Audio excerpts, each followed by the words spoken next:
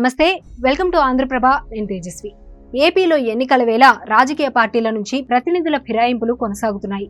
ఇప్పటికే అధికార వైసీపీ చేపట్టిన ఇన్ఛార్జీల మార్పు కారణంగా సీట్లు కోల్పోయిన ఎంపీలు, ఎమ్మెల్యేలు పార్టీకి గుడ్ బై చెప్పేస్తున్నారు. ఆ తర్వాత విపక్ష టీడీపీ, జనసేనలోకి చేరిపోతున్నారు.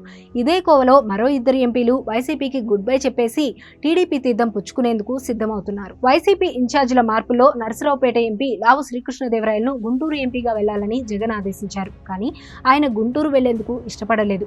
చివరికి కార్యకర్తల్లో గందరగోళం నెలకొనడం ఇష్టం లేదంటూ వైసీపీకి రాజీనామా చేస్తానని ప్రకటించేశారు.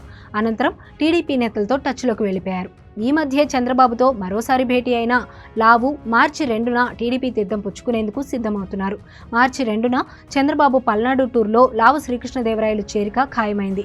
ఆయనతో పాటు ఎమ్మెల్సీ జంగా కృష్ణమూర్తి కూడా టీడీపీలో చేరనున్నారు. మరోవైపు నెల్లూరు వైసీపీ ఎంపీ ఇన్ఛార్జిగా ప్రకటించిన కీలక నేత, రాజ్యసభ ఎంపీ వేమిరెడ్డి ప్రభాకర్ రెడ్డి కూడా ఆ పార్టీకి ఇప్పటికే గుడ్ బై చెప్పారు. నెల్లూరు ఎంపీగా తనను ఎంపిక చేసిన జగన్ ఆ తర్వాత ఎమ్మెల్యేల మార్పుల్ని తనకు తెలియకుండానే చేసేస్తుండటంతో అసంతృప్తికి గురయ్యారు. చివరికి వైసీపీకి గుడ్ బై చెప్పేస్తున్నట్లు ప్రకటించారు. ఇప్పుడు ఆయన కూడా చంద్రబాబు సమక్షంలో మార్చి 2న టీడీపీలో చేరబోతున్నారు. ఆ తర్వాత నెల్లూరు ఎంపీ అభ్యర్థిగా టీడీపీ ప్రకటించే అవకాశం ఉంది.